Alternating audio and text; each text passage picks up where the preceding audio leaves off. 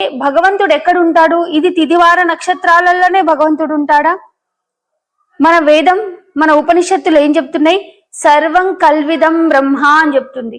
అంటే పరమాత్మ భగవత్ స్వరూపము, భగవంతుడు ముల్లుగుచ్చ సందు లేకుండా సర్వ వ్యాపకమై ఉంటాడు అని చెప్తుంది ఉపనిషత్తులు గాని వేదాలు గాని.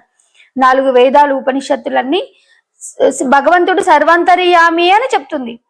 అంటే ములుగుచల సందు లేకుండా భగవంతుడు సర్వవ్యాపకమై ఉన్నప్పుడు, కాలానికి అతీతుడైనప్పుడు, అన్ని ఆయన లోపలనే జరుగుతున్నప్పుడు, ఈ రోజు ఈ సమయంలోనే భగవంతుడు ఉంటాడు, ఈ సమయంలో భగవంతుడు ఉండడు అని చెప్పడం వల్ల భక్తులు అయోమయ స్థితిలో ఇది నిజమే అనుకొని ఆ సమయాలలో వెళ్ళి ఇలా ఇబ్బందులు పడుతున్నారు. కానీ వేదం తెలిసిన వాళ్ళు, వేద రూపుని కనుక్కున్న వాళ్ళు, గురువులు, పండితులు, వీళ్ళందరూ భగవంతుడు సర్వంతర్యామి, సర్వం కల్విదం బ్రహ్మ, ములుగుచ్చ సందు లేకుండా భగవంతుడు ఉన్నాడు, ప్రతి దానిలో భగవతత్వమే ఉంది అంటే జంతువుల్లో, క్రిమికీటకాలలో, మనుషుల్లో, పక్షుల్లో, వృక్షాలలో, రాళ్ళల్లో, రప్పల్లో, ప్రతి దాంట్లో అణువులో అణువై ప్రతి అణువులో ఆ బ్రహ్మాండం మొత్తం నిండి ఉన్నది పరమాత్మ స్వరూపమే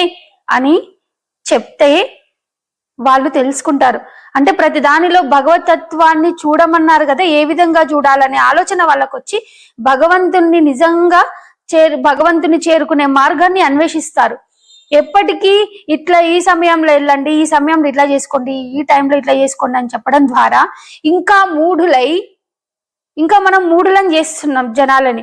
ఇంకా మూఢులై ఏం చేస్తున్నారు? ఇట్లా మూఢత్వాన్నే ప్రచారం చేసి ఇంకా మూర్ఖులుగా అవుతున్నారు.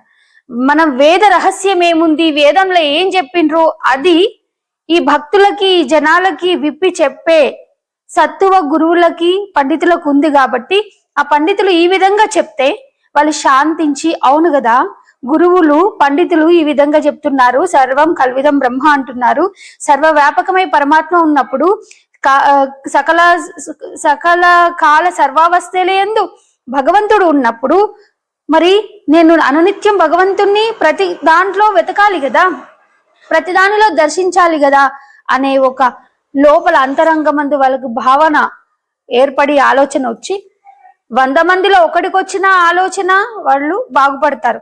ఆ ఒక్కడే ఇంకా 5-6 మందిని, 10 మందిని బాగు చేయగలుగుతాడు. కాబట్టి సర్వం కల్విదం బ్రహ్మ అనే ఈ పదానికి మనం ఇప్పుడు అర్థాన్ని ఒక పద్య రూపకంలో తెలుసుకుందాము.